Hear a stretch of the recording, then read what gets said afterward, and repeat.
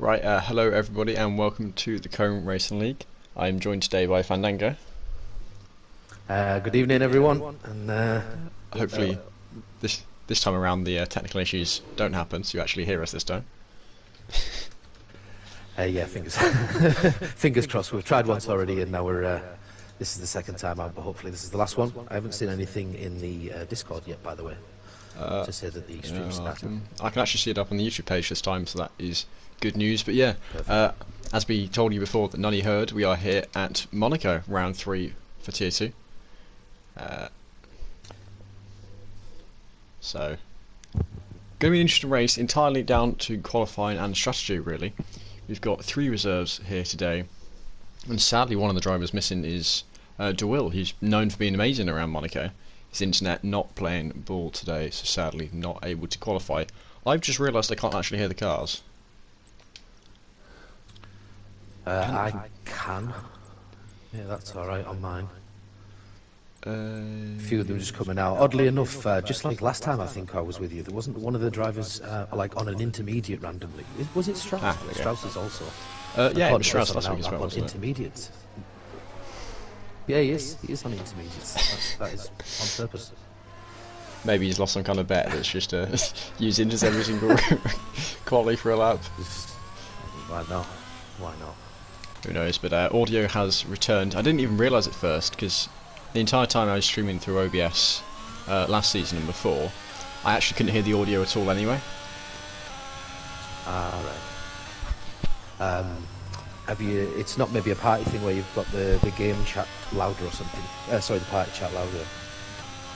I think I should have fixed it by just turning down all audio my end. So hopefully now it's not too bad. If Paradox, you can let us know if it still is. But anyway, on to the qualifying lap. T-Griff, currently our lead driver, going around showing us how it's done and hopefully setting a bit of a precedent for the rest of the drivers to follow. 18 minutes for the qualifying, so plenty of time given lap time. What will be about 1:11 pole?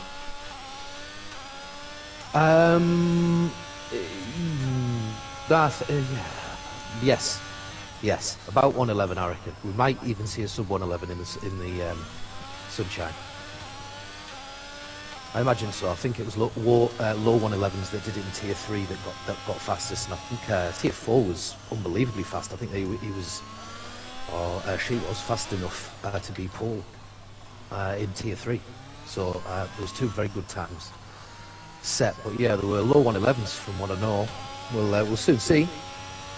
Expect the standard will be slightly higher. And whoa, Glowstick goes for a little spin there in the start of Sector 3.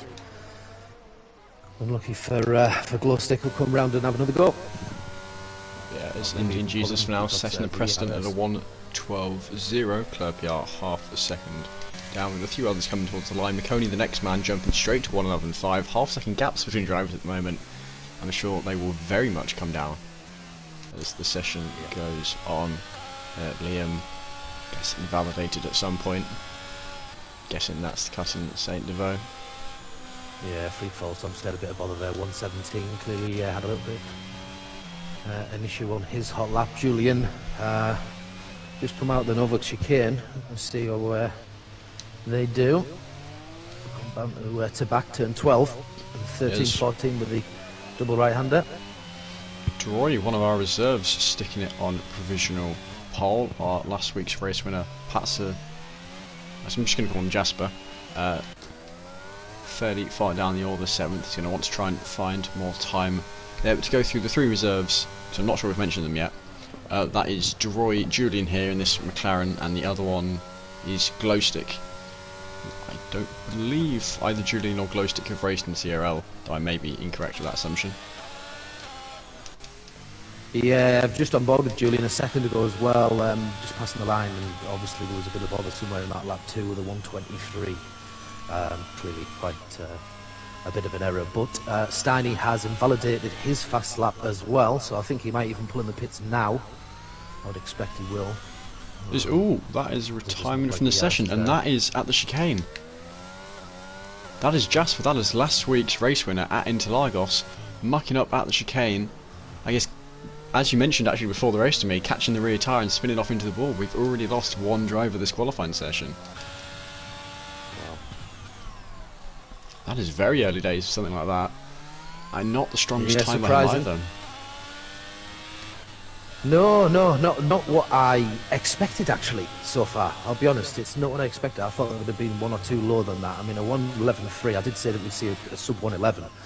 Someone would be in the 110s. That looks on at the moment, I would say, for track temperature in mind and the type of conditions that we have with us for Monaco today. Pretty decent.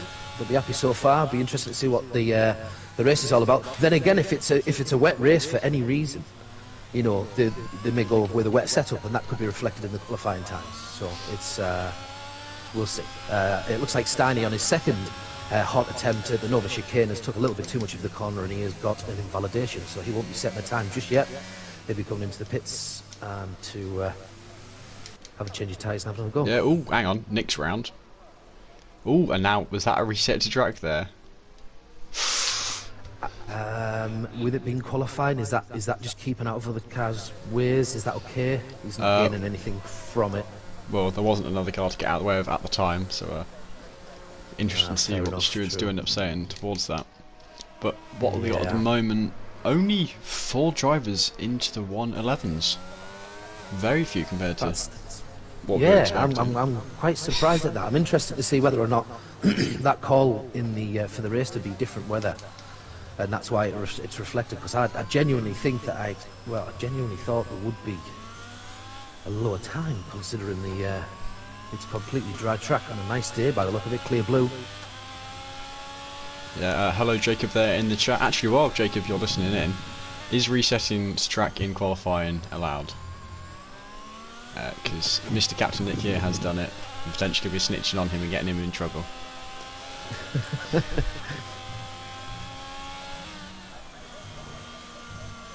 at the moment on board with Strauss, current P10 in the championship, so not the strongest start to the season. An 8th place and a 10th place finish. So he goes P13. It looked decent enough when he was on that lap, to be honest, Strauss. He had a decent third sector, I think, but yeah, not quite getting it done to get up the grid any higher, unfortunately.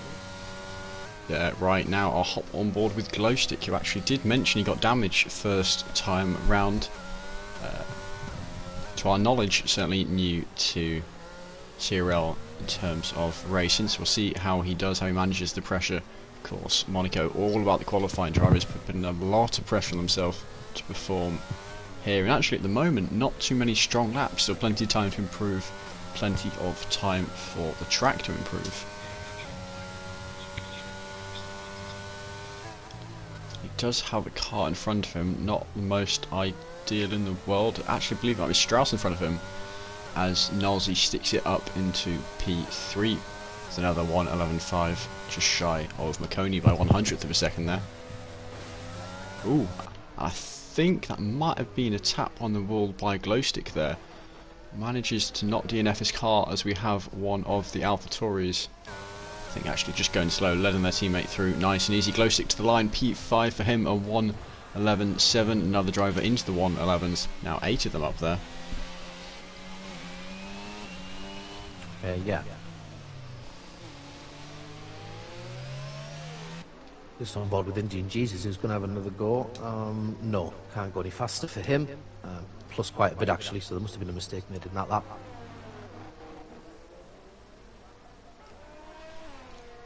Yeah, what have we got? Just 3 drivers yet to set laps. No one here with a quali ban, not the track you wanted, although I had a look. All 3 other tiers, bar tier 2, did have drivers with quali bans. So tier 2 picking their week to not get quali bans, well, around Monaco when you least want it. He's just after another chicane. There's a couple of cars just parked up there letting Strauss come through. He's still on a valid lap at the moment. Didn't actually see there the change to sector 3 of where he actually was on track. If this is going to be better or not. He's pulled in the pits, so no, Strauss is backed out. Alright, 4 start there, we're on board with him. We just saw a 1:12.3, so the times are starting to come down a little bit now. Hop on board Captain Nick, one of the 2 drivers yet to set a lap. The other one being Steiny, I think is just starting the second sector himself. Captain Nick, purple middle sector for him. Although a bit of a moment there, that's going to lose him some time. Keeps it out of the wall though, the important bit. Just rounds through final couple of corners onto the main straight. See where he slots into things. A 1:11.5, and with a mistake, that is a time I think I'll be happy with, as that shows potential for future improvement there. Uncertain how much that mistake would have cost him, but certainly not nothing.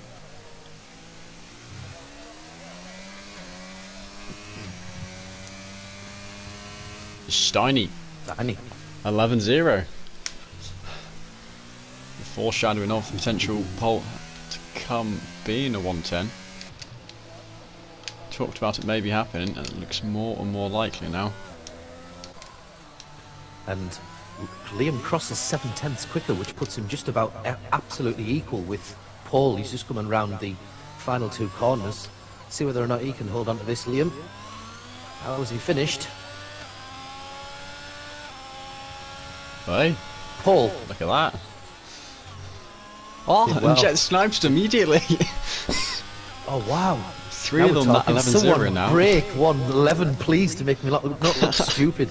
But yeah, there's three gone unbelievably close. Wow, all within a tenth. Well, not even that. 600. Yeah, next to the line, looking like it is going to be free fall. Although, again, on another slow lap. I don't know if he's making mistakes or just giving his tyres time to warm up, as Farrell 2/10 faster into the 1:11s now for him. Though just a 1:11.9. Hobbsy's also 7/10. 7/10. Yeah. Yeah, you want Bob with him, yeah. He's going to improve if he can keep it going. Yeah, that'll be looking for round about 8th or 9th place. A bit slow at the exit of that corner, becoming very tricky with the elevation. Deceptive, but there we go, 4th for him. Quality, yeah. I noticed he goes around that final corner in 4th. Oh, and there we go. Interesting. The 110. Oh, there we go. The first of the sub-11s. I knew it was coming. I just had the feeling that it was definitely going to be in Tier 2 tonight to see that. Whether or not he's the only one to do it. Is that going to be the winning time? Don't know. Still 5 minutes left of qualifying. Plenty of time for everyone to get back in the pits, get some fresh kicks on, and get back out on track. Yeah, Julian Reserve currently on provisional pulse. We'll see how others stack up against that. T-Griff, small improvement there. Not enough to gain any places. Is this free fall to the line now into 11th? Somewhat competitive time. As I said before, he was sitting on that 1:17, not where he wanted to be. This is Clerpiard then, next man to the line. No improvement for him there. I guess warming up for this next lap. Gonna have to watch out for that. Aston Martin does stay out the way, not sure. Striver, I believe that was DC there. Strauss is just behind someone. He's right behind him. Is he on a fast lap? Are they both on fast laps? Julian's going into the pits, I think. I don't know about Strauss. He's just to say got out Strauss's way. Strauss is just starting a hot lap now, but just very close to impeding the launch of the lap. Is that one lap, or was he? I think he was on a hot lap there, you know. No, Strauss had invalidated already.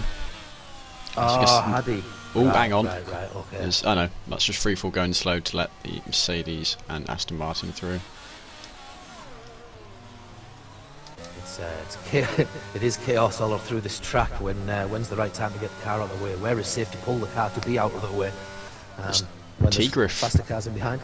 Didn't see where he was before, but T-Griff a jump down from the mid to low teens up to 7th place for that 1:11.3. Nice. Clerpiard currently slowest time, though looking to improve here. How much more has he got? He's got 7/10, and he's moved up to 16th position. It's DC. Gaining. Did he gain? No, I don't think he did. I think he's now just starting his lap. Yeah, he's just, that was out lap for DC. Yeah, I think there was two others as well. Is it Tubbs and Glowstick on out laps, Farrell Falstart on out laps. There's quite a few at the bottom, and quite a few at the top in the pits. Are they going to bother coming back out? Are they happy enough with the lap? Is that one sub-11? Is it going to be Julian the only person that's going to do that? I don't think so.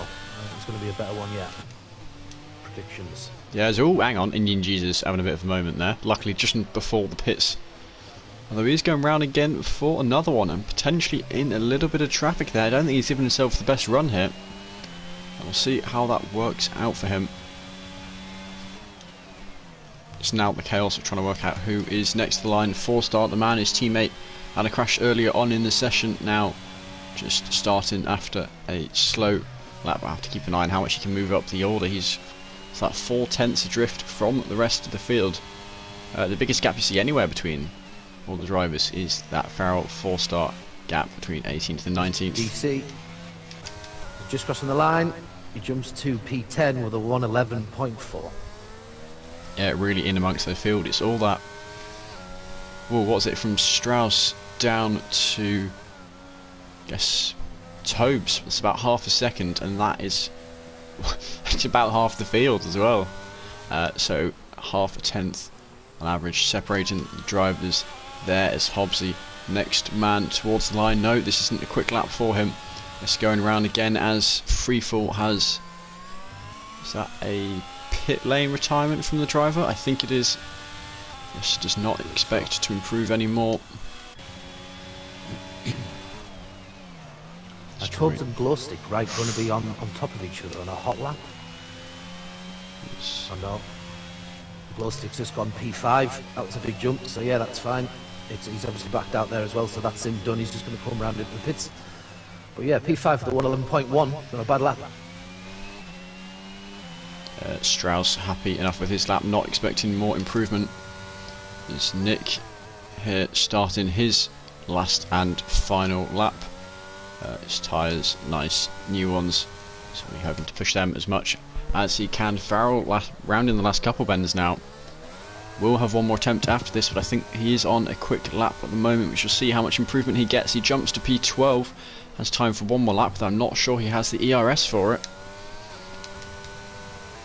Next man is Julian once again. Can he improve his 1:10.8? Going round again for another one, it seems. So I guess that showed confidence. He thinks he can improve. Yeah, Captain Dick as well. He was on his fast lap, and just as he was coming out of, or going towards the tunnel, just as the entrance to the tunnel, he's just lost the back end a little bit, got on the power a bit too fast. Unfortunately, that little wobble is probably going to cost him any time benefits at the end of this one. Yeah, he's over a second behind. Unfortunately, that's him done as well. Yeah, one of the hot lap as well. One of the Mercedes was sideways in the last sector. Now dragged the car into the pit lane. Very hard to keep track of who's where. Liam finishing in third, not going to improve any more. Trying to find who will be the next driver to the line. Minimap somewhat froze for a little bit. Captain Nick finishing P16th. Farrell into the pits as well. Is that McLaren of Tobes next man? No, it will be Julian, the current provisional pole, who is looking to be nearly 3.5 tenths faster. That's unreal, isn't it? And he's still got a sector to find more on time. The hot lap. Just starting off the third sector. He's just about bang on his race time. Whether or not he can go any faster. A 1:10.3 for the McLaren on provisional pole. Oh my god. There's Steiny, a 1:10.7. Yeah, I've just seen that, 1:10.7. I actually thought about a 1:10.7 would be, in my mind, that was the number I would have guessed at, but a 1:10.3. Unbelievable. There's Nolsey getting a 1:11 flat. His teammate T-Griff a 1:11.1. Very, very close amongst them. I think we just had Jet crossing the line. Jet also a 1:10.7, just ahead of Steiny by, what is that, 4/100ths of a second. Liam, don't think he improved that time around, still on that 1:11.0.66, and that concludes quali. That was that's pretty good actually. I enjoyed that. Some very, very good laps. I bet there's one or two that that are quite fearful as well, looking at those times. Yeah, no, I imagine you see Julian's time. I'd be yeah. I mean, if Julian gets away and the race pace matches that type of pace, well, obviously it won't match that type of pace, but the realism, the realistic output of that type of race pace, then yeah, I don't think this is going to be really a fought contest if you can get out and about.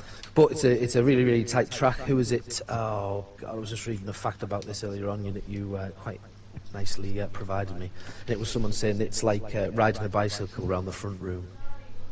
is the Monaco track. I picked that one out, which I thought was quite interesting. Yeah, but to give a quick run through the order, we've got Julian, Jet, Shiny, Liam, Nolsey, Glowstick, Strauss, Tigriff, Hobbsy and Toes finishing up top 10. Droy, Indian Jesus, then DC and Fowl on the 7th row with the same times there. Hang on, I didn't scroll down quick enough. The order's changed. Worse. Et al. Right, we'll continue going through the order then once they are on the formation lab. Which is coming out for us. Oh, it's sun again. It is sun again. Full drive, full sun, Monaco. Got to be happy with that.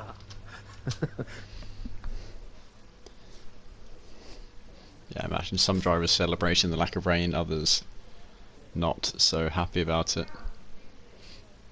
Yeah, well, as that qualifying was getting further and further on, I knew that maybe the call for potential rain had certainly gone out the window with some of the times that started flashing up towards the end of that qualifying. Yeah, DC picked up the pace. DC saying he's planning to underfuel by 25 million laps, so we'll see how that goes for him.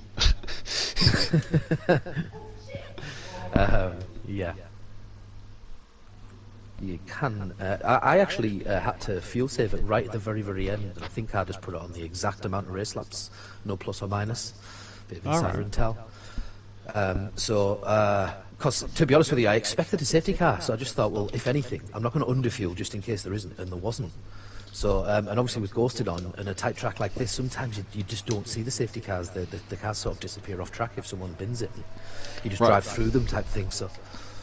There we go, to continue the order we got down to DC and Farrell, the drivers with the same times in qualifying in 13th and 14th, then McConey, Captain Nick, Freefall, Clerpiar at 4-star and Jasper, the two Red Bulls right at the back of the grid, Jasper having had that crash early on in the qualifying session. And P's predicting that Farrell is going to crash. I've just seen that as well. Finally someone's had a bit of banter in the chat. I was waiting for someone to say something, and P's opens it up with Farrell's going to crash. Oh god. Class. Who needs enemies? Yeah, so Julian leading on the hard tyres. Now Jet will be hoping to get him into Saint Devo off the line if possible. So that's quite possibly his best opportunity of the whole race. Otherwise just going to be stuck behind him, not able to utilise his tyres, forced to save them.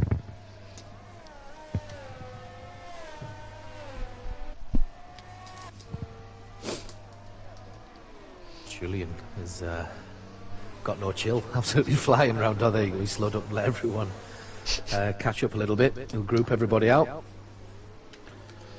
Was there someone made a mistake near the back there? Oh no, that was Jasper, wasn't it, at the back? But yeah, did you know the first race here at Monaco, 1929? I didn't even know CRL had been going that long. Well, yeah, not CRL. Yeah, 1929, incredible. Long may it continue, it's a class race. CRL's only double winner round here, being DeWill, actually wasn't able to make it today due to internet issues. Which is a shame for him, as he's known for being a mighty force around this track. Gutted for DeWill, absolutely gutted. His 4-star getting himself disqualified from the session, which just means his tyres are going to be bloody cold off the line. Not going to matter too much, given he is further down the order. So here we go, the lights are up, and away they go, racing a very short hold there. The question is, can Jet get Julian at the start? And the answer is no, he cannot. A few changes in the grid. Tobes down 4 positions already. Nolsey's managed to get himself up to P4. No, hang on, there is a change to the lead. Jet up into the lead. Someone just gone sideways. There's just someone gone sideways at the first corner. I think it might have been Indian Jesus. He got himself into a bit of bother. Tobes, he got going, and then he just had a little flicker of the back tyres, lost it a little bit. He lost about 2 or 3 places. Unfortunately, he broke a little bit late as well and tapped the back of whoever it was in front of him. I missed that. That was going a little bit too fast at the time. And here we go. Oh, there's contact again. Clerpiaz has bumped into the back of Captain Nick going into that tight left-hander, and there's a lot of contact. There's a lot of contact. There's jockeying for position all over the place. A little bit of bullyish tactics in the first lap, I have to say, from 1 or 2. There's 2 going for each other in the Tunnel again, and McConey was just behind Farrell, but I don't think he's going to have a chance before the Nova chicane. No, well, I think... Oh, hang on, Steiny into the wall there, that was a bit strange. But I think the big thing to take away from that lap, Jet got Julian. Exit of St. Devoe, Steiny having another moment, really struggling weirdly here. He's behind Nolsey and Liam, have been fighting all lap, which around Monaco is a very impressive feat. Actually, Liam, mistake there, ghosted, and now under threat from Glowstick behind him, managing to hold him off for the moment. But I have to say, it's going to be that's Monaco, an awful lot of side-by-side action for lap 1. A pit for... yeah, absolutely brilliant. You can see them all jockeying position at the back again still. The big thing as well to bear in mind is Jet is on the mediums, so he would have wanted to get in front of Julian as fast as possible, with Julian taking the hard strategy with the first. Obviously Julian, Steiny and Knowlesy all taking that hard, and the rest of the top 10 all on mediums to decide. Oh sorry, no, DeRoy in 10th is also hard, but the majority of the pack in the field have gone mediums for the first stint. It's an interesting choice. Yeah, just a lot of the guys nearer the front. I mean, of course, a lot of them are going to be expecting safety car at some point, but you have to plan for the safety car and plan for there not to be a safety car. Already, Jet building a bit of a gap to Julian, but Julian a massive gap to Steiny himself, has got a bit of breathing room to work with. So looking very strong for the guys up front. It's really this mid-pack, that 4th place, right the way down to what we're looking P16, where still very small gaps between the drivers. We'll see if we get another Alonso train copycat that we had last time F1 itself raced around here. Jet, there we go, taking the fastest lap. Show that he's going to make the most of those mediums. Yeah, he needs to keep the... he just needs to get away. He just needs to utilise his mediums and really put the foot down and try and get the most out of them. He doesn't want Julian to be able to sit behind and get any slipstream in that tunnel to sort of keep tucking up behind him each lap. Or they're going to be null and void, so he's doing the right thing. He's trying to push. We'll see if he can get that big enough gap.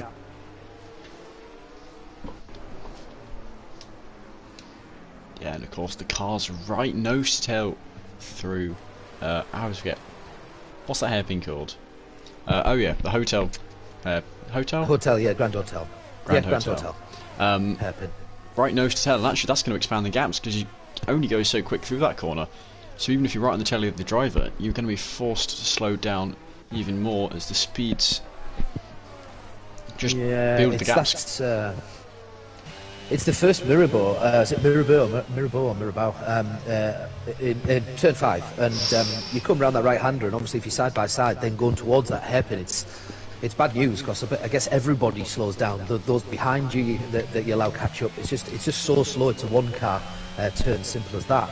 And it can cause havoc with bunching cars up, especially when 2 corners later you've got the portier that's just before that big long stretch of the tunnel where there's a lot of cars obviously trying to utilise that. Oh, way up. Well, hang on, just on board with Farrell, who's having a little go with Tubbs. Has he got him? I think he has. He has. There we go, Farrell up into P12, past Tobes. Both drivers on the medium tyres as well to make it all more impressive. He's gone on the inside, he's had a little go, he's alongside Tobes as well. He's stayed on the outside of the very turn that I said, and he's being pushed into the corner a little bit, and then that means that Tobes has had to cut the hairpin quite somewhat as well, so he'll probably got a time penalty for that. But McConey just trying to thread his way through, and exactly what I've just called, to be honest.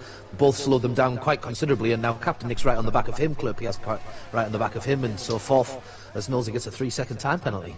Yeah, and that's quite important around a track like this. Now, of course, as we saw demonstrated there, once one drive goes for an overtake, that side-by-side slows down everyone else behind, and they all kind of just pile on in, blocking each other and essentially leaving more overtaking opportunities. So once one person's brave enough to go for a move, all of them are trying to hop onto that, make the most of that opportunity that they can.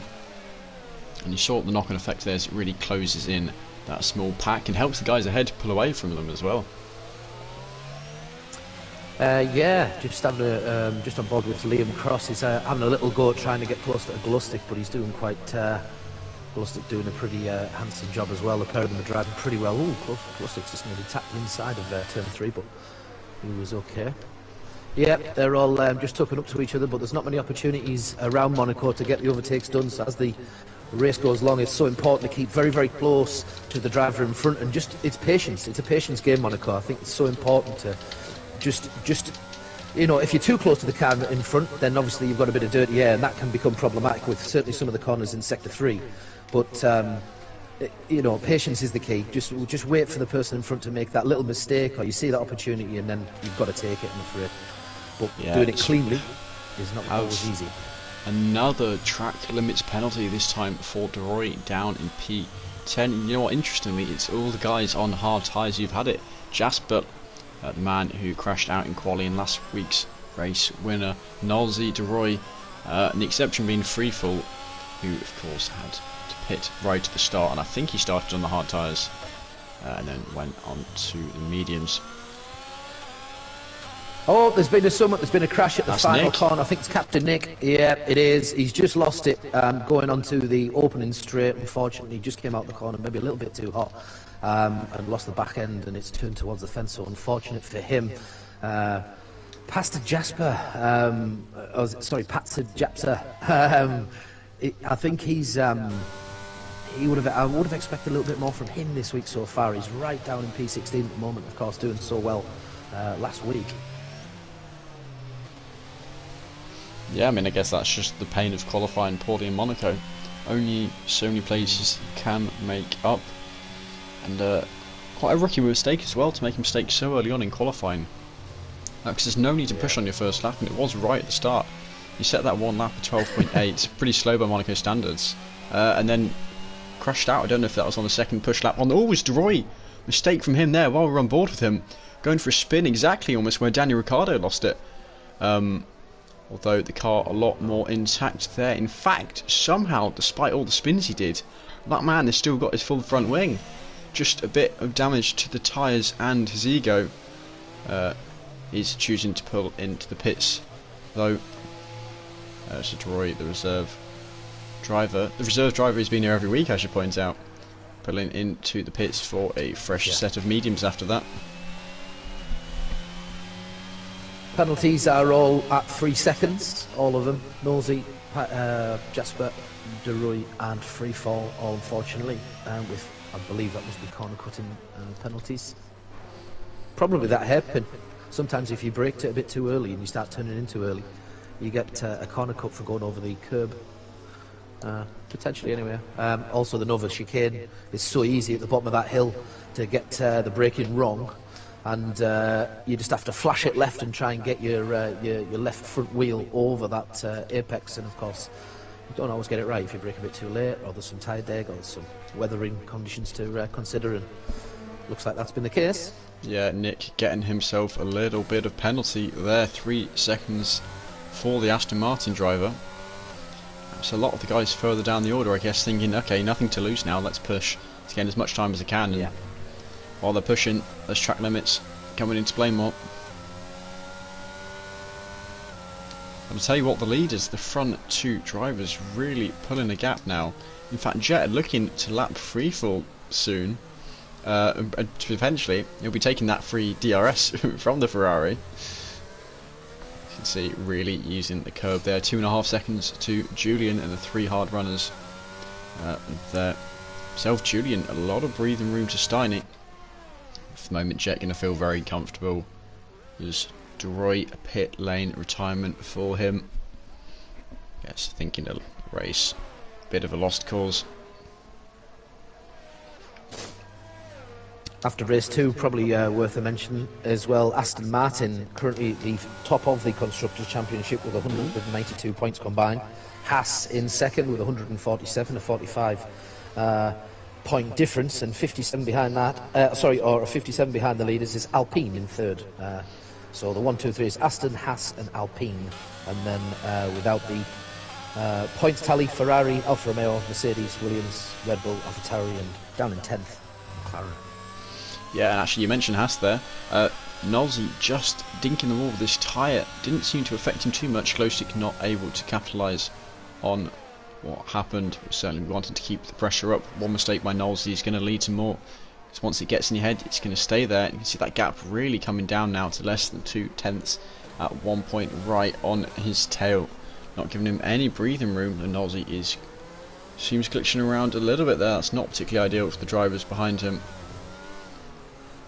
Hopefully doesn't cause any problems.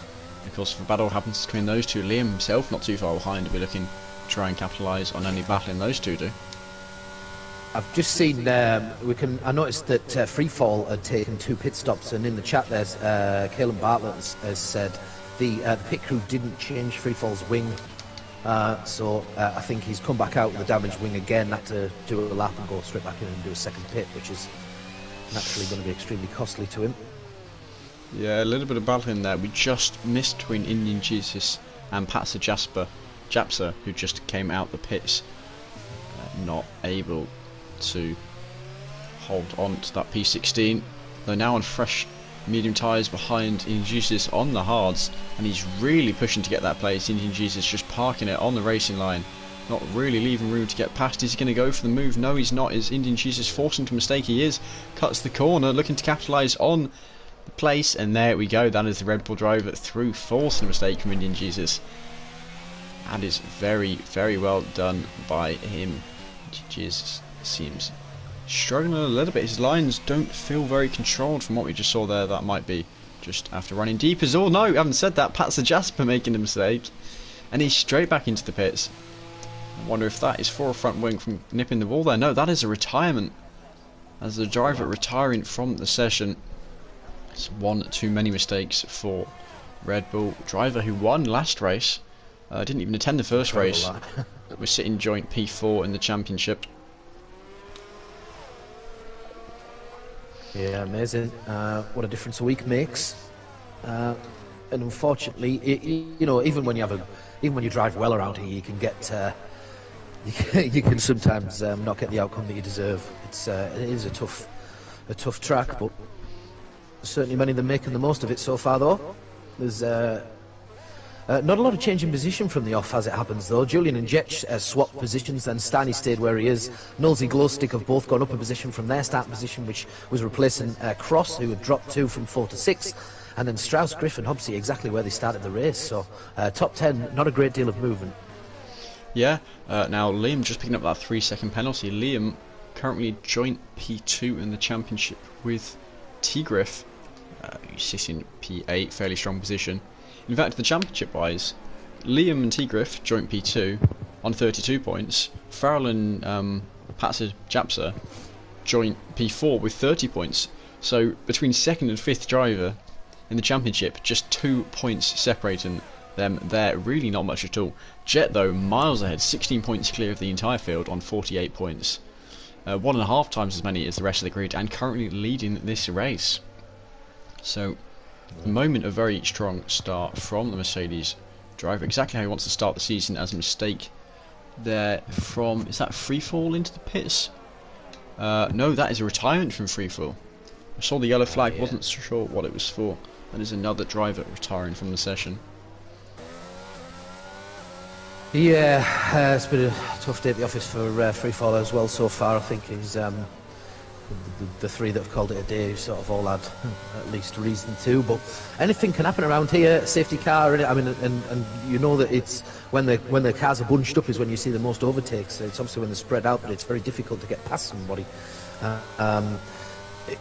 Just because of the sort of level of defending, I suppose, and the sheer pace that's on track. There's not huge differences between the pace, so if you pick your right times to bleed your ERS, like through the tunnel, and you know, there's not many places that you're going to get that opportunity to get up alongside a car, so you've got to really, really take some risks and get very, very, very close to the car ahead and have a go. You've got to have a go. Trust yourself. Is that Captain Nick on the main straight making a mistake there? Going slow. I'm not sure if that was a mistake earlier on or what he's doing, but the 2 leaders sitting just behind him. Nick, no, he is moving out the way there. A lap down and ghosted, as Julian has now caught back up with Jet. The hards now, guess, a bit quicker, or the hards maybe closer to the mediums, but just Julian that much quicker than the rest of the field. We saw his qualifying lap was 4 tenths faster than anyone else. Tobes pulling into the pits on those medium tyres. Yeah, Tubbs just came into the pits and he was just in front of just behind Farrell and just in front of McConey when he came in. McConey now has a little bit of fresh air and he can try and get a little bit closer to Farrell. I think Tubbs was right on the back of Farrell, and McConey in check with Tubbs, so it gives McConey maybe an opportunity to try and utilise this lap to have a little bit of fresh air, and as you can see there, actually he's closed it right in on Farrell almost straight away, so whether or not he can get past that, I think he's got a bit more pace currently. So yeah, as we know, the fact you need to get past people around here, you can't loiter. I learnt my lesson with that the other night as well. In a race, you cannot wait. You've got to push, and you've got to make an opportunity to get past. Otherwise, you're just going to tuck in, and that'll be the rest of the race for you. Yeah, you've got to remain nice and close. Wait for them to make a mistake, or even better yet, pressure them, force them into a mistake of their own, and capitalise on that. The nearer you are, the bigger you appear in their mirrors, the more you're breathing down their neck, the more likely they are to make a mistake. Is Captain Nick there? Retirement in the pit lane.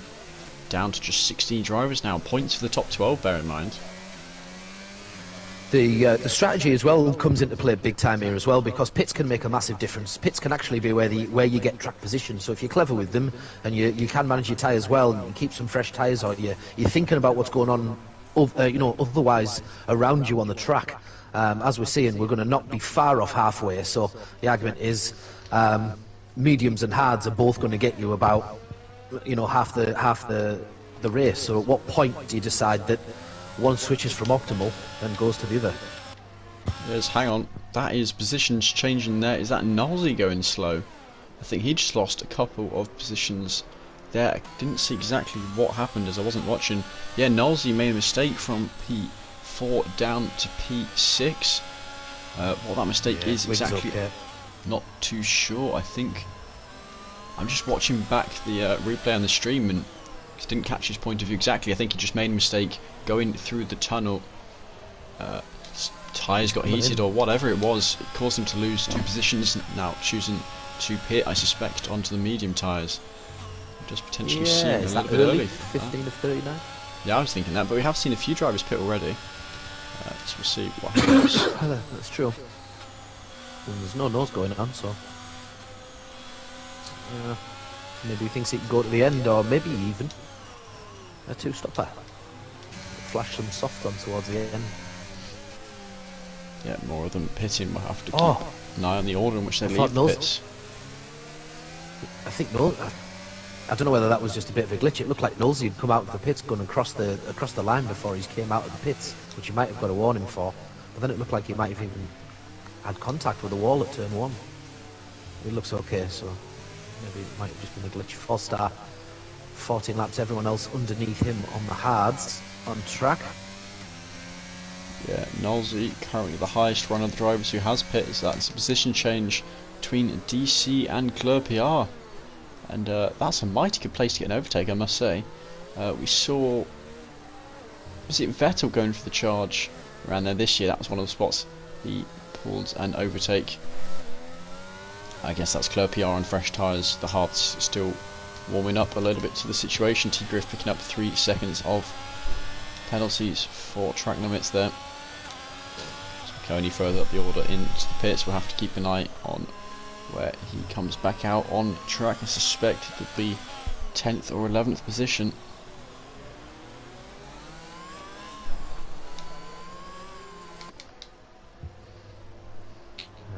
McCordy just coming into the pits as well, so he's obviously feeling like mediums and now gets to the end of the race. Starting on hards, presumably. No, actually, he just pit from the mediums onto the hards. Sorry, I missed that. I must have just flashed up. Right, okay. Yeah, coming out on track into P13. I was wrong. I said it'd be 10 or 11.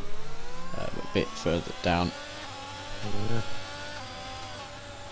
Yeah, clearly there's a lot confident that they're getting to the end. It's whether or not all these medium runners, they're going to sort of probably show us more what we can get out of the mediums. Certainly of an optimum pace, faster than the hards. I don't think the hards are too bad round here. They're not terribly bad. I don't think you lose loads and loads of time, but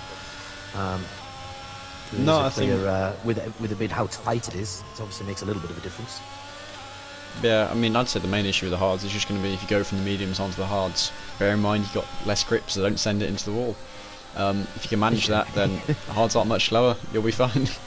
Just hold your position. Be smart with the strategy. Well, this is where it can be won and lost, I think, on the outlaps after the pit and the inlaps just before, to like sort of be as fast as you can with either a worn tyre or a tyre that hasn't yet got its and yet warm enough to get any sort of good grip on the track, and so you can't really push the car. So I think that's going to be massive today. Especially, I think it's probably the one track where it means the most, in my opinion, actually, because that's where you could get the undercut done. And if you can't get past them on track while they're in the pits, it's the perfect opportunity. So it does mean a lot. Yeah, cause, actually one of the things you hear quite a lot within CRL, every single season Tier 1 and Tier 2 have come closer and closer together in terms of pace, and one of the big differences is situations like that, the Tier 1 drivers, they're just as good on those out laps and those in laps, and the tyres are worn, they're that much better on the variable kind of conditions that while these guys on raw pace, some of them might actually stand a decent chance. It's when all this comes into play, the Tier 1 drivers are still just as good, they can make the most of what they've been dealt. And they can just fight that much harder because of it. Yeah, there's certainly a few of them are confident in themselves, and I think the 17 laps of mediums that Jet's been on is just starting to show, possibly. Julian's got really close, and there's a couple of corners there that I think Julian's looked that little bit faster through.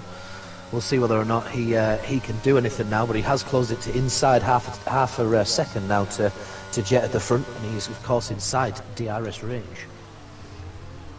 Yeah, we'll see. At the moment, Julian certainly looking more confident, but I think Jet at the moment happy to just hold him behind. Yeah.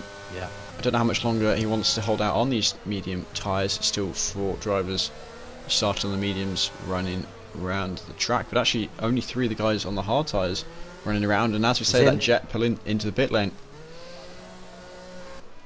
So we'll see. So this is it. This is how big it is. So Jet goes into the pits ahead of Julian. Yeah, and Julian is going to come in. Well, when's he going to come in? Well, he's we'll on the see. hards at the moment. The fact he's not burning his ERS quite that much does imply to me he'll be waiting a few more laps before he does so. Yeah, oh yeah, absolutely. I think so. Clearly feels like that the tyre's fast enough, and if you can keep nice fresh mediums, there's no worry but just to push towards the end. As I say, it's not until you see the laps, your timed laps start to go down. I think that's normally the big one. You've got to come in there and then and be really, really sharp. Keep a close eye on what your times are, because as soon as you start to lose a few tenths in a lap, knowing that you've done no worse, you've got to quickly get it done, because every few tenths is going to make a difference here when the field's this tight.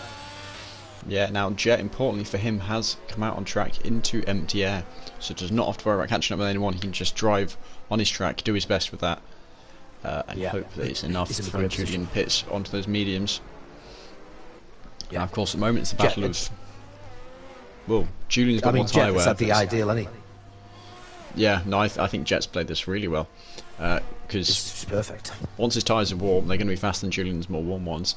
Now, of course, Julian, we saw, had that more raw pace. Knowlesy there picking up 3 seconds of penalty, and I think that might be his second a lot of penalty as well. Yes, it is. Yeah. But yeah, Julian really does need to be that faster pace he showed in qualifying if he wants to stand a chance of making this overcut work. Because I think Jet's had this perfectly done. Started P2, started on those mediums, up into the lead on the exit of Saint Devoe, and was just able to keep him behind for the moment. So of course we won't know. I think it's worth a shout out to. Oh no, sorry, I'm just about to say Forstad has done really well in the first start of the race, because I was looking at the intervals and the stops, and he's gone up 11 positions into P8. But when I've looked, he is yet to stop. He hasn't stopped yet. Sorry, there's Steiny and Julian yet to stop, and Forstar out of the car still on the track. Everybody else has now had a pit. Yeah, 4-star with a bit of a train behind him. I'm just looking backwards from him now, and I think I see 4 cars right in his tail, all on varying ages of younger hard tyres. Oh, hang on, that's contact between there. Tobes giving a rear end to T-Griff there, putting him sideways. Luckily, both drivers coming out relatively unscathed. But 4-star really causing a bit of a hold up here, to the point where drivers actually having a bit of contact with each other. Go on, 4-star, a great stint. 19 laps. Oh, hang on, and Hobbsy's made a mistake behind him as well. And T-Griff. Oh, the side by side. Oh! Yeah, mistake by Hobbsy. Go on, 4-star, ruining the race for everyone. Love it. Glow stick, fastest lap. Fastest lap. There was someone else just gone fastest lap like a second before it as well. It must have been Jet. So, yeah, obviously a few seconds before. Pace is getting faster. 18 laps to go. Well, track conditions going to be warming, which pros and cons for the drivers. This is that McConey looking for the move on Tobes. Is he going to go for it? Not quite, sitting right on his tail there. I'd say, I mean, being Monaco, there aren't many overtaking opportunities, but two of the big ones are down here into this right-hander, and you know what? He has gone for it. Oh, Round the outside, has he got enough speed? Yes, he has. And then the Aston Martin DC being cheeky here. Look at this. He's tried him as well. Go on. Is DC going to get him? He's still side by side, the two of them, the right hand side, more grippy here. No, DC not able to complete the move done, but certainly very opportunistic from the Aston Martin driver. And exactly it's what so we hard to from get DC. grip there as well. Very, very difficult. Once you get around the right hander at the bottom, it's very tough just before you get into the tunnel to get your foot down straight away. So you can see the DC's obviously been very, very delicate with it. On the inside, it's much harder, and of course, Tobes has managed to get grip and pull back ahead. And we managed to miss it, but Julian did pit at the end of last lap onto, of course, as we expected, some fresh mediums. And the first time I saw the gap, Julian was 2/10 ahead of Jet. So he has made that overcut work. And I think, well, he's just got to try and pull away now. Steiny in the lead, we're pitting reasonably soon. Excuse my yawn. Just on board with T Griff while you're talking there. He's just behind 4-star. 4-star with 21 laps on the hards. And driving unbelievably. Jet! Oh no, Jet! That's not going to help his situation. 3-second time penalty for corner cutting. Just on board with T Griff, and he's just nearly lost the back end going towards the Grand Hotel hairpin, but he's managed to keep himself right, and he's back on the back of 4-star. But 4-star protected himself really well. Going to be interesting when he comes in. Is he going to try and stick this out and go on some softs? Probably not. So I don't know why he wouldn't maybe get himself in for these mediums. Maybe because he's got a fresh track ahead of him and thinks that this is a good opportunity just to keep his head down and just keep some consistent laps coming in. But interesting strategy. I think the mediums have now going to see him to the end pretty fine. Yeah, Steiny, what's that up into P3? So I think he's worked a treat with that. Jet's penalty, I was on board with him at the time, so that was caught as we see someone there, 4-star pulling into the pits. Jet, I guess, was on the tyres, wasn't used to the dirty air, being right behind Julian. He had that extra slipstream to be faster, and in general he just had the dirty air as well to contend with, and he went deep, tried to go slow across the chicane, but in the end not enough, and did end up picking up that 3-second time penalty that essentially takes away his opportunity to go for the win, and actually potentially puts him under threat by Steiny further behind. Steiny himself going to have to worry a little bit about his IRT teammate Glowstick behind, and I think in general on those mediums, once they are up to scratch, can get them working to close the gap down to Jet. I think Steiny will now turn his eyes to looking for that P2 position. So I don't really see that penalty being removed from Jet. It's further down the order, Tobes and 4-star. Again, that Grand Hotel hairpin. One of the better places to go for an overtake. Not quite enough, but closing the gap down. 4-star burning a bit of ERS to try and keep that position. The pressure being kept up by that McLaren driver.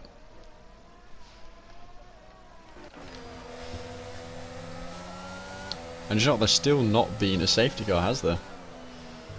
No, I don't think there will be one if it's unreduced, or is it? I don't know if it is in Tier 2, but there needs to be quite a severe collision with debris to see it, and obviously around here you tend to find that the collisions don't seem to be very, very heavy around Monaco. Not normally. It just seems to be taps and sort of like brushes and scraping up against each other, and it doesn't always cause a safety car.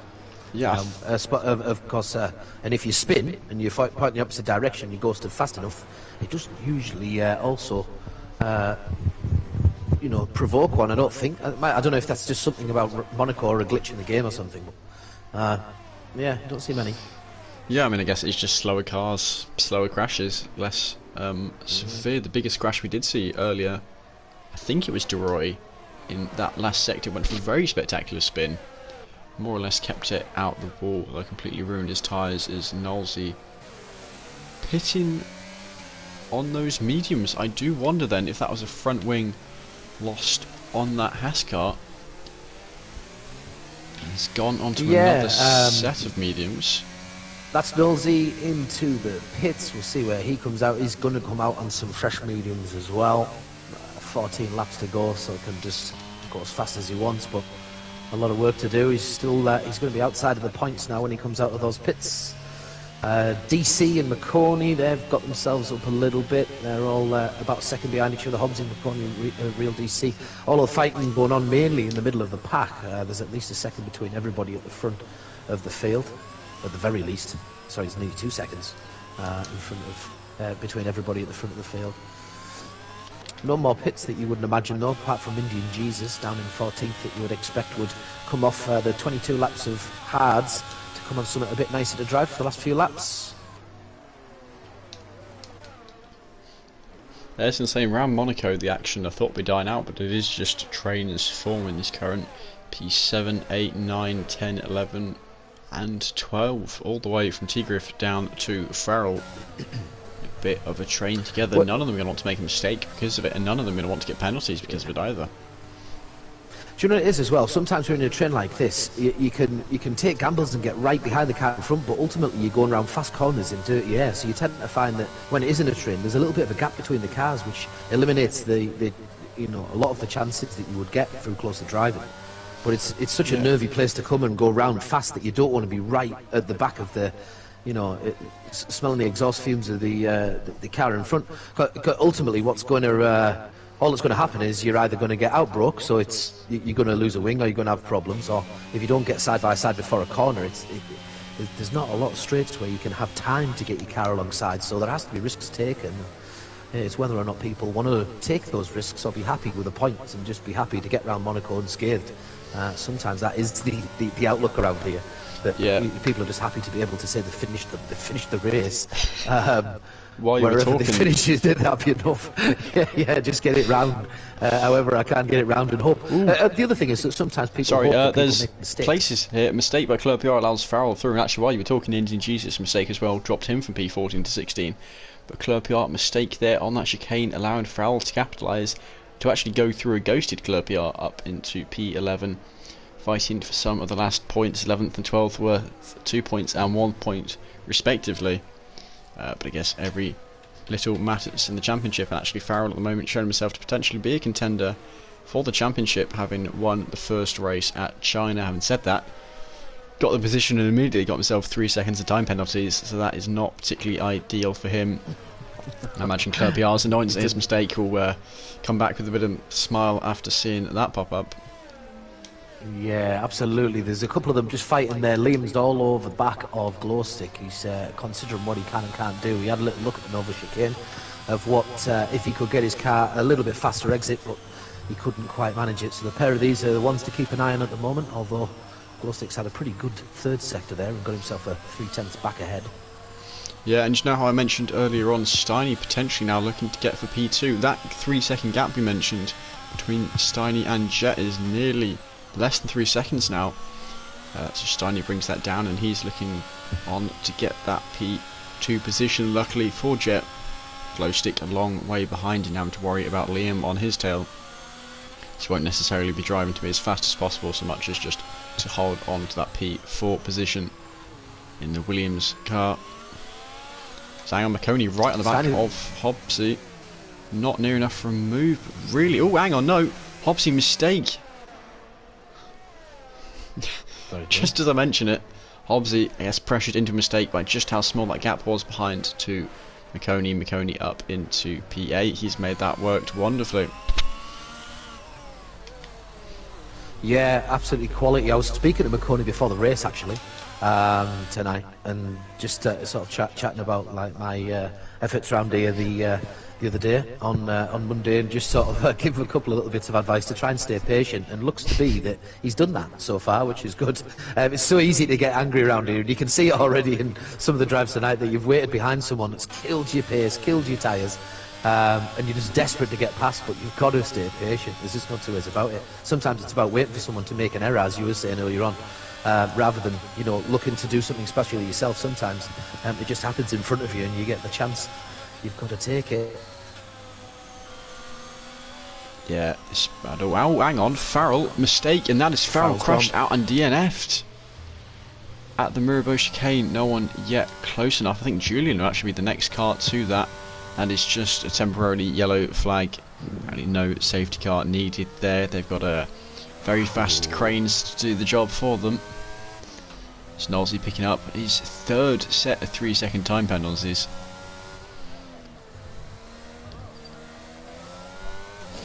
Hang on, fourth and fifth have switched positions. Liam got the move on glow stick while we were not watching, or while I wasn't watching certainly.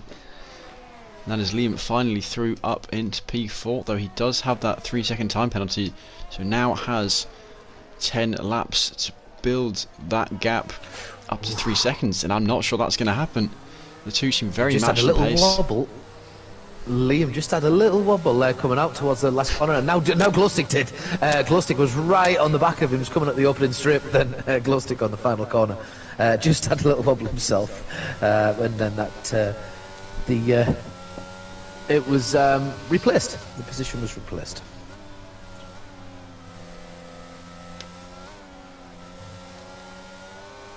Sorry, not replaced as in changed. Just clicked what I said. The distance between them has been reinstated, is I think what I was trying to get at, but I was reading my phone at the same time. And to Slaver, I do apologise. It wasn't just normal text, I was reading information about this race and looking at the chat.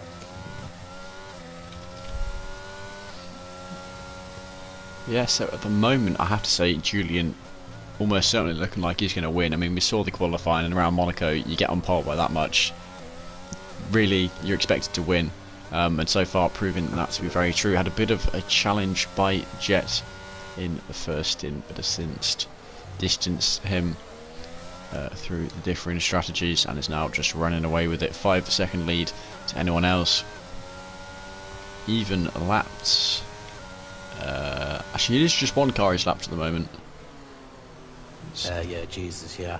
I mean, DC got right close to Hobbsy as well a few turns ago, and then again Hobbsy just starts to pull away and again get that gap back. It's happening a lot, that I think people are getting right tight in a couple of corners, and again it's how close is too close. You've got to sort of I think I tried this the other night. I was almost making my decision of when I was going to push, so I'd be keeping a certain distance, and then as a corner was coming up, predicting how many corners it would take for me to be right on the back of them at my normal pace, if that makes sense. But you can't always do that with cars behind. You have to still push for cars coming in behind, especially when it's tighter on the track. But when you've got a little bit more space behind you, you can sort of pick and choose where you feel it's the best time to really try and utilise your tyres or utilise your pace on the car ahead. But it's, the other side of it is it's not easy to always execute, especially if you haven't got a hang on, sorry to interrupt you. P11 here, side by side, Knowlesy and Claire PR. Do you know what? Knowlesy has got the move done. No, he hasn't, not yet complete.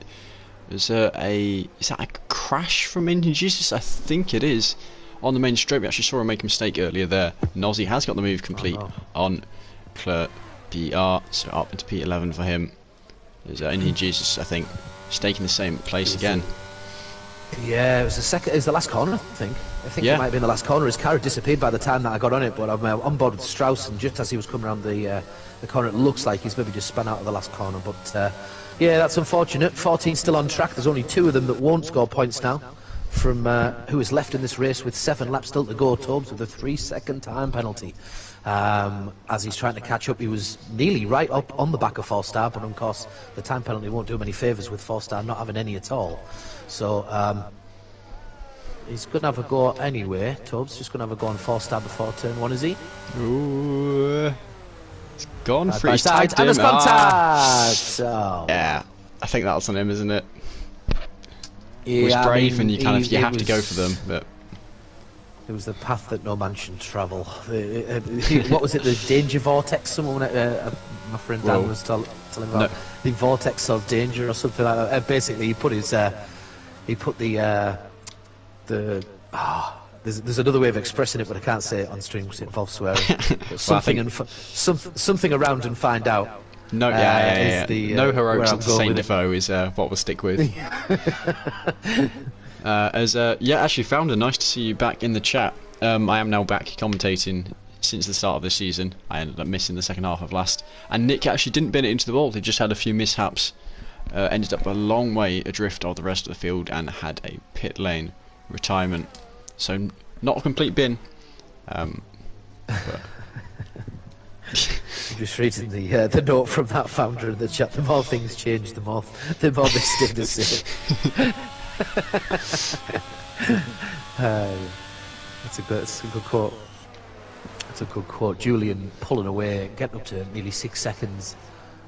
I think this is going to end up being quite comfortable in the end. But Jet looked such in a very, very strong position at one point. Steiny's just got inside the DRS and he's going to be able to open that down the opening straight, and I presume he's going to be able to get squeezed more and more and more up towards the back of Jet. He actually lost time there on that straight somehow. He must have got a worse exit. yeah, I was thinking that as well. That's a bit strange. Yeah, it was a bit confusing. Yeah, he was inside.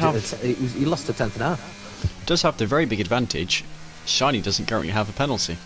I don't know if he's currently sitting on any warnings. If I could actually quickly check on that while I'm watching this battle, but Steiny at the moment is in the better position of the two of them, given that lack of penalty. So if he has got himself a couple of warnings, he will need to be careful not to pick up a third and final one. Now he knows he can just sit behind Jet, not weather his tyres too much, just rely on the mediums, take them nice and easy.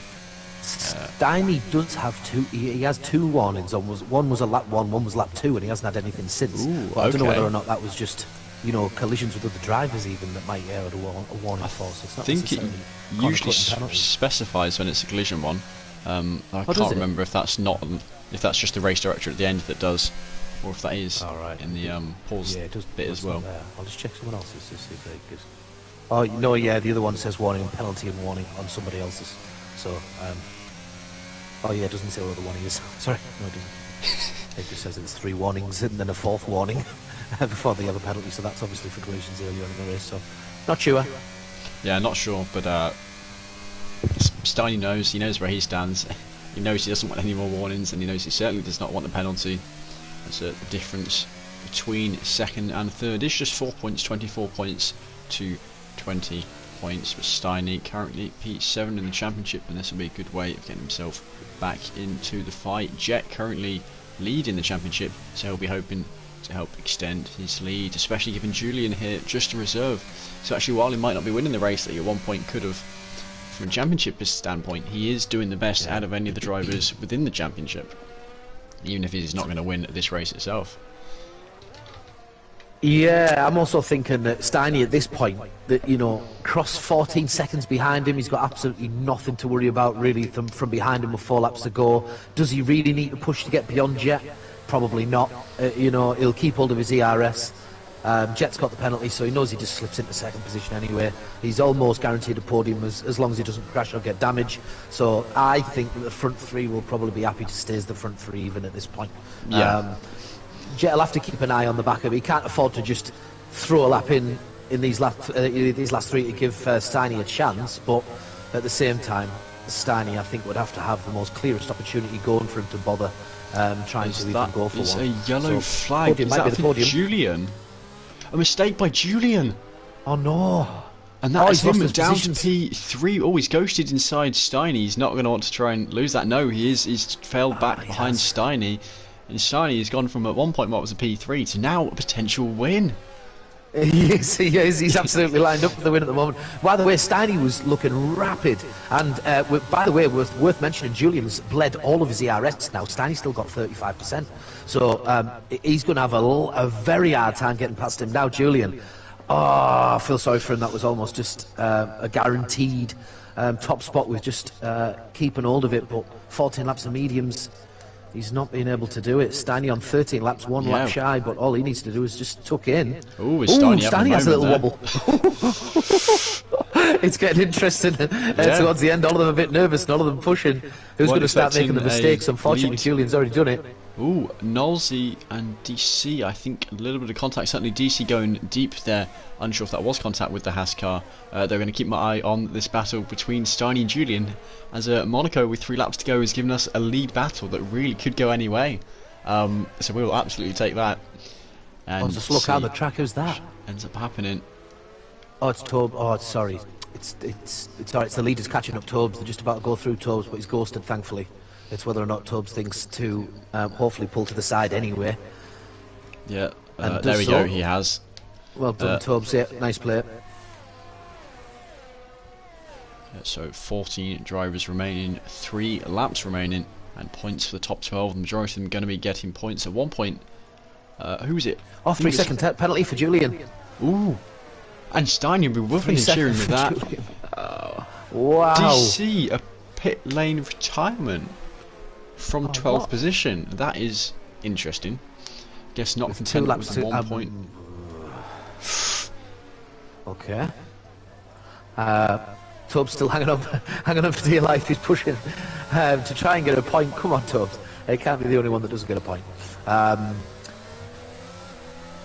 Is Julian still right on the back of Steiny? I mean, look at this gap, less than 1.5 tenths. Through it to 116 thousandths at 1 point, and really he's looking for any mistake he's going to make, any opportunity to go for a move. Tries to send it to the inside. It is really too opportunistic to do it. Just 1.5 laps left to go for the McLaren reserve driver. Julian's just give Steiny a little bump in the back. Obviously, Julian's got nothing to lose if he can sort of try and make. It's almost forcing Steiny to make an error and try and worry about him going past him. Is the only way really that he can have an impact on that. So he might have a go regardless and go for a bit of a lunge. He's way too far back really though to have a go at Steiny there. So Steiny's looking good for the win at the moment. Coming around 4 more corners before they'll be back on their final lap. Yeah, and I guess Jet here is also was close. Potentially hoping for the two of them to crash into each other, as that's the only way he is going to get himself a victory here. Jet at the moment has had P2, P2 the first 2 rounds, and you know what, at the moment it looks like he's going to get a P2 round Monaco here as well, unless Julian can get past both him and Steiny on this last lap, which around Monaco is a big ask. I guess, well, realistically, Steiny's going to win this. All Steiny has to do is avoid a penalty. Absolutely. Just saw Liam just lose the back end a little bit and slide in P4 with Glowstick behind, but Glowstick did have a little try of bleeding some ERS to get past him. It didn't really work out in the end because he just didn't quite have enough to get past him, but he doesn't need to now because Liam has just recently got a second penalty, so that means Glowstick will be at the very least going into 4th. I think the time's too far behind Julian to think of anything else though. I don't think he's going to catch that much, I'm afraid. So but yeah, looks like a P4 is there for Glowstick. Yeah, here we go. That was really the final overtaking opportunity here, and all Steiny has to do now, ease it through the last sector. Just don't make a mistake. Don't want to commentators curse him, but just don't get a penalty, don't get a warning, don't get a mistake. Just get to the line, and he will have got the win around Monaco. He was certainly not expecting it. That Jet and Julian was so far ahead of him. That mistake by Julian, those penalties by Jet, and then Julian as well. And here we go, the Alpine crossing the line. IRT Steiny wins the Monaco Grand Prix. Jet and Julian finishing off the podium. My old compal, he used to do the academy races with me, didn't Steiny? Stanschlag, once upon a time, and then changed his words. His name was Steiny, as he was obviously better known in the chat. But yeah, chuff for him actually. Well done, Steiny. Gets the win. Jet and Julian have been pretty brilliant though. They've provided some great racing on the day. Is Glowstick getting that P4 due to the penalties? In fact, the 6 seconds of penalties that Liam had. Strauss crossing the line in P6. I'll move it on to penalties so we can see how much each driver has. Tigriff 3 seconds, but that's enough of a gap to McConey to hold on to that P7. And Nolsey's got 9 seconds though, which means Clure and 4-star will probably go ahead of him. That means Nolsey might drop to 12th from P10. Yeah, hang on, is that a mistake by Nolsey there, I think. I think he managed to catch the inside. No way. Is he lost a tyre, or is that I don't know, but there's Tubbs he still gets points because he was within the last few laps he did it. I think he caught the inside of the barrier and then was like, you know what, he's going to be passed though, isn't he? He's going to be passed for P13. Because Tubbs is still going to pass him on the line, isn't he? So presumably he's going to drop maybe P13. But Tubbs was a lap down. Wasn't Tubbs was a lap down, wasn't he? Oh yeah, so he should still be alright. Yeah, he might, he might. I forgot about that. Yeah, so Jet has just confirmed this was his debut, and he's saying pretty happy with 4th on debut. An extra word in there. Yeah. That, should avoid mentioning while we're live. Is it flipping? Yes, of course. Yeah. Yeah, Julian, of course, not too happy with his mistake. Didn't actually see the mistake itself, but it was enough to get this man here, IRT Steiny, on to that top step for Alpine. Quality. Good race in the end. A good race. Sometimes Monaco can get a bit of a stick for being a bit training, and yes, at times it was, but actually there was some great race, some great little competition. Yeah, I thought it was. I thought there was plenty going on. You can see there how many penalties there is, though. Quite surprised there was that many penalties, but I don't know whether some might be collision. But yeah, there was a lot of corner cutting. And trying to get the best out of probably the Novel chicane. I reckon there's about 95% of those he's come from the Novel chicane, but you never know. There's one and or I two think the others first happen. time this season, fastest lap actually going to a driver within the top 10. So I'll do a quick rundown of the order. Steiny, of course, with that win from P2 on the track, but P1 in the end. Jet getting P2, very good for his championship hopes. Now P2, 3 races in a row from just 3 rounds of racing. Julian P3, it was looking like a win at one point, then Glowstick, Liam, Strauss, Tigriff, McConey, Clerpiar, Hobbsy, the time is running out, 4-star. Knowlesy does get P12 and Tobes finishing P13 in the end. The rest of them I think were considered DNFs. Don't know how close DC was to the end. No, DC was plus 4 laps, so DC was classified as having finished in P14, but the rest of them were DNFs. Whew.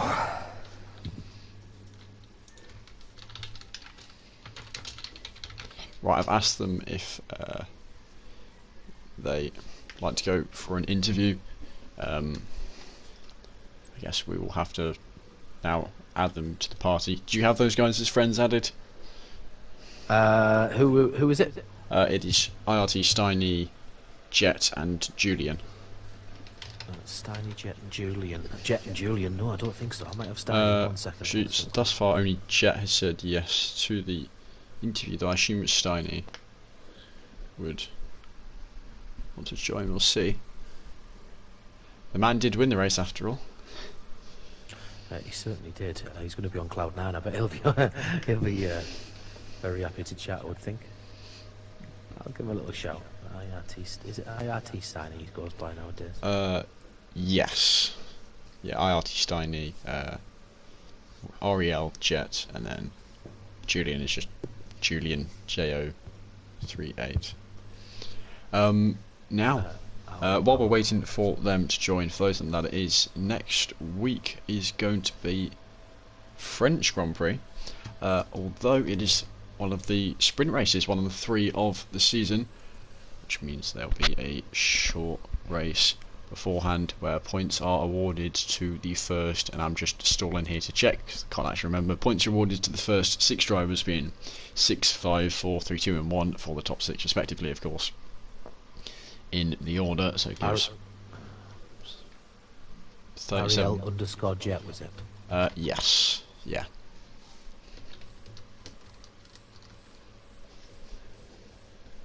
He's one of them.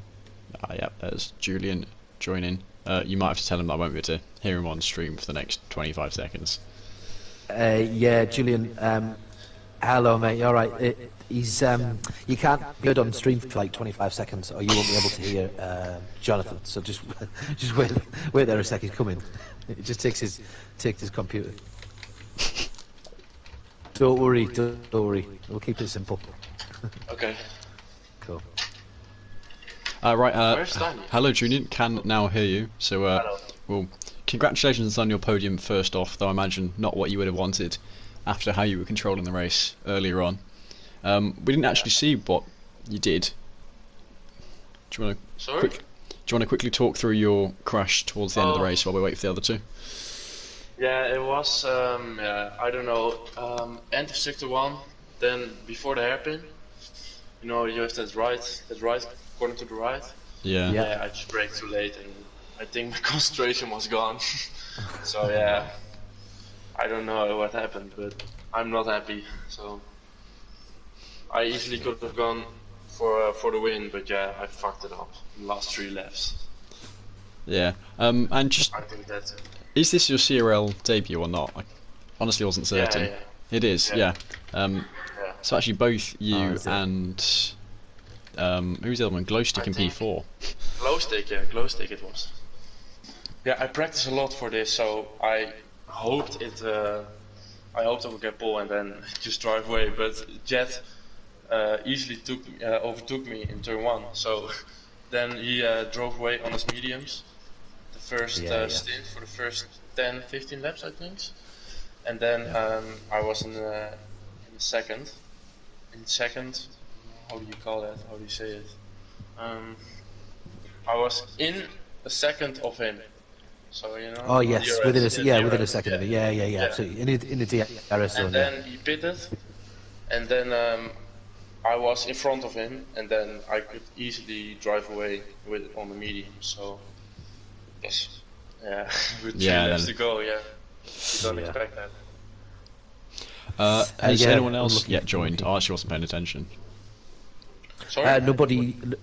Oh, he's just asking me if anybody else is joined the chat, but I don't think so. I've invited Jet and I've invited Steiny, but I none of think them have joined. Jet wanted to join. Right. Oh, okay. I've definitely invited him.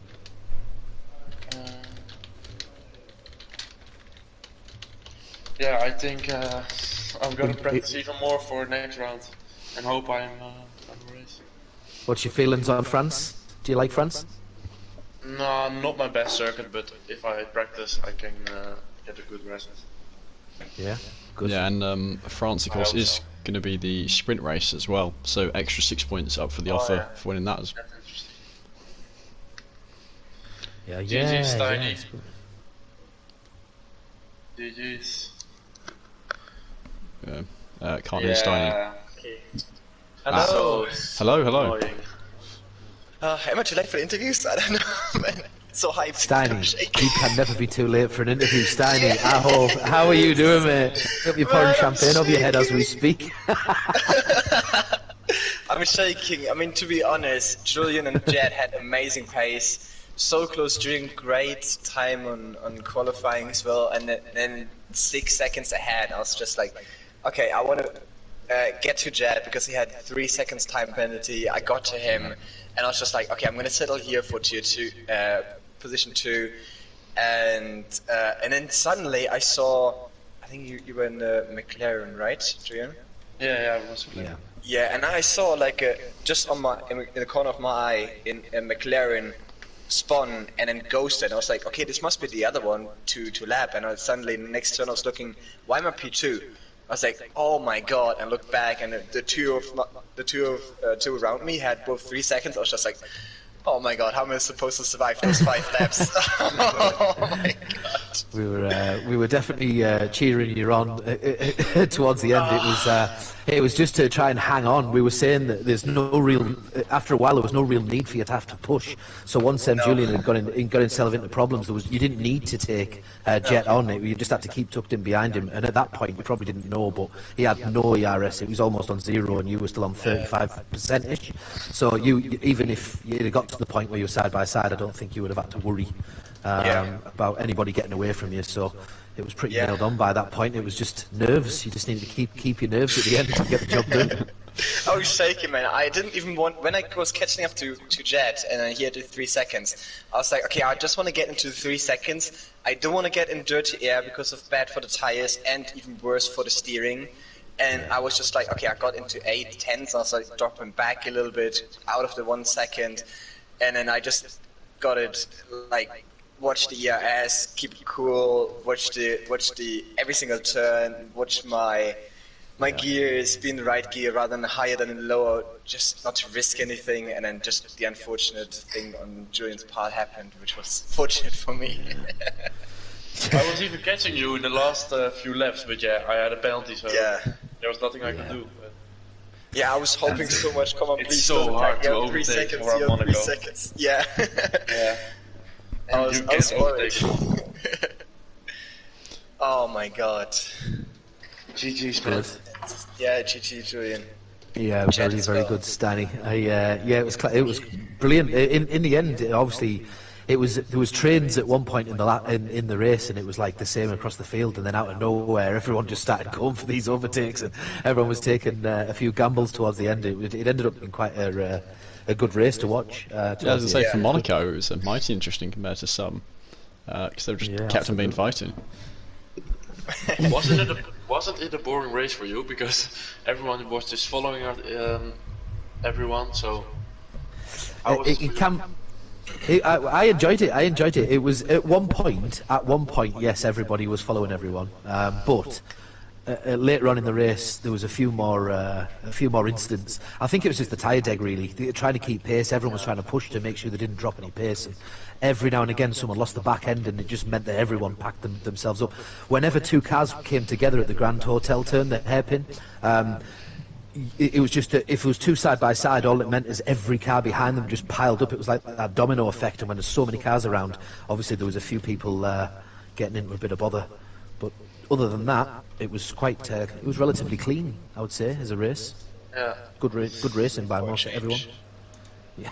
I hope you have even more fun next week in France. Yeah, well, you got a sprint race on top of just the usual one, so more chance for points. Yeah. I was in a party with Marconi and Tigriff, and I was never so quiet during an entire race as I was just now. I probably just said 3 things, and then at the very end, after celebration, Marconi and Tigriff were like, "Oh yeah, we reckoned you were going for something big," because you didn't say anything at all. I was so focused, man. Well, if you're anything like me, you probably can't drive and talk anywhere. It's just impossible. Whenever I'm driving, if someone talks to me in the room or if anybody's there with me, I just crash. Instantly, I'm useless. Hence, I'm never in any parties to race. Anyway, Steiny. I was with Mick and Super Mick in the party, and they were talking the whole time. So oh God! I thought, shut the fuck up. Yeah. But yeah. Steiny, how do you feel about France? Well, I will see tomorrow. Usually I don't like France because normally the only opportunity smartly to overtake without losing time would be the long straight. But the exit is always a tricky one, and it's so easy to get penalties, so it's going to be a tough one. I'll probably fight for top 5 in qualifying, but Jet and Julian are just different league, and Farrell as well, so I'll try my best. Good. That's all we can ask. You're trying to work out championship-wise. Of course, Jet still holding on to the lead. Yet another P2. Actually, the man said he was going to join the interview, ended up not. But I think Steiny, this does good things for you. I don't know where you are going to end up, but potentially knocking on the door of the top 3. That'd be nice. Yeah, fighting for my second Tier 2 championship here, so I'll do my best over the entire season. Yeah. I think we are now going to end the stream, partly because the Tier 1 race has started and partly because I want my dinner. So, thank you guys for the interview. Congratulations on your win, Steiny and Julian, for your debut, even if it's not the win you wanted. But yeah, thank you. Go watch Tier 1, guys, and I will end the stream now. Good. Peace out. Don't forget to like.